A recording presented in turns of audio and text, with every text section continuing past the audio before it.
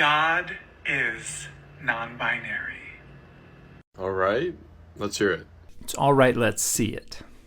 If man is made in God's image and woman is made in God's image, and there's one God, well... What? Being made in the image of God does not refer to our individual biology or gender.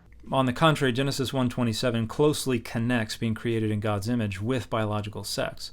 It says, and God created humanity in his image. In the image of God, he created him. Male and female, he created them. And the scholarly consensus is that image and likeness fundamentally had to do with form and with outward appearance. And so male and female presenting bodies would be manifestations of the image and the likeness of God. There are ancient Jewish traditions about Adam being created circumcised precisely because he was created in the image of God, and God had a perfect male body, which is a circumcised body.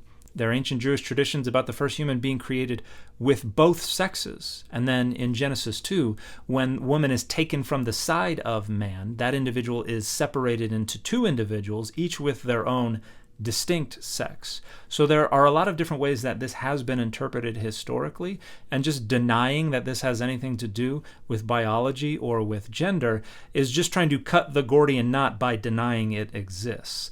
This doesn't even acknowledge or manifest any awareness of the exegetical complexity and the history of this passage and its relationship to how women and men appear and how they appear differently and what that has to do with how God appears. God in his transcendent divine essence does not fit into these human categories. So, two things to say here. First, this is a post-biblical concept of God that rejects the overwhelming consensus view of the biblical authors, who understood God to not only have a corporeal anthropomorphic body, but to have a male body with a penis and testicles and a capacity for arousal and ejaculation. The notion that God was transcendent and doesn't fit into these categories is actually the product of the superimposition of Greek philosophical frameworks on Greco-Roman period Jewish ideologies and then later on Christian ideologies. That's what initially gave rise to questions about God's anthropomorphism and corporeality, which really wouldn't be done away with until well after the Bible was completed. And Origen of Alexandria in the 3rd century CE very helpfully tells us the origins of that pivot away from an anthropomorphic male-presenting deity. He says that the Jewish people and even Christians think that God has a corporeal body, but the philosophers despise it.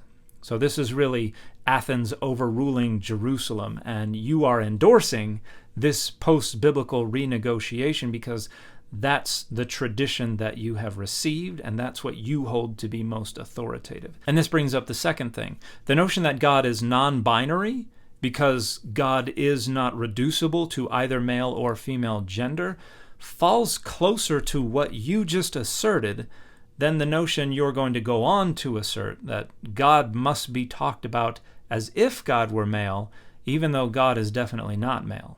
Especially the concept you're referring to, which is very modern and cannot be coherently defined. Both your renegotiated concepts are post-biblical. It doesn't matter how many centuries after one the other is, when neither of them are what the biblical authors and earliest audiences had in mind. But additionally, conceptual categories can't be coherently defined.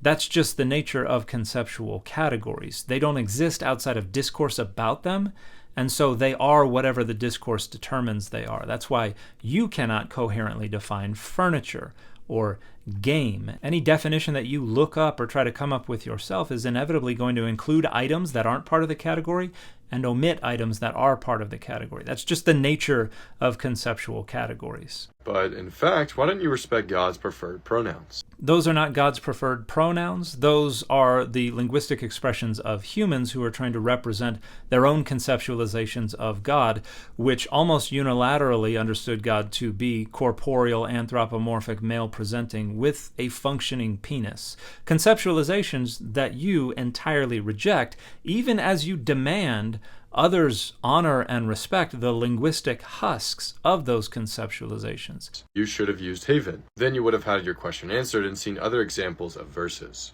So I love how you insist that Genesis 1:27 is not about gender and that God transcends gender. And every last appeal to the Bible unilaterally endorses a masculine conceptualization of God, including your appeal to this chatbot, which says Genesis 1:27 is about gender and that God is gendered masculine in the Bible, which makes my point for me that I already made. The notion that God transcends gender is a post-biblical philosophical innovation, and you've just demonstrated that for me. Your video obviously has an agenda. So does yours. You just imagine that yours is the default and so is therefore exempt from critique. You are not being genuine in your arguments. You have absolutely no data whatsoever that suggests that.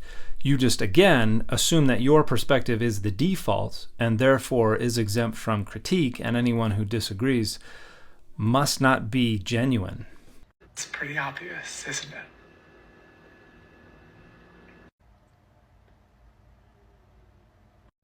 At least one thing is. Be a better Christian.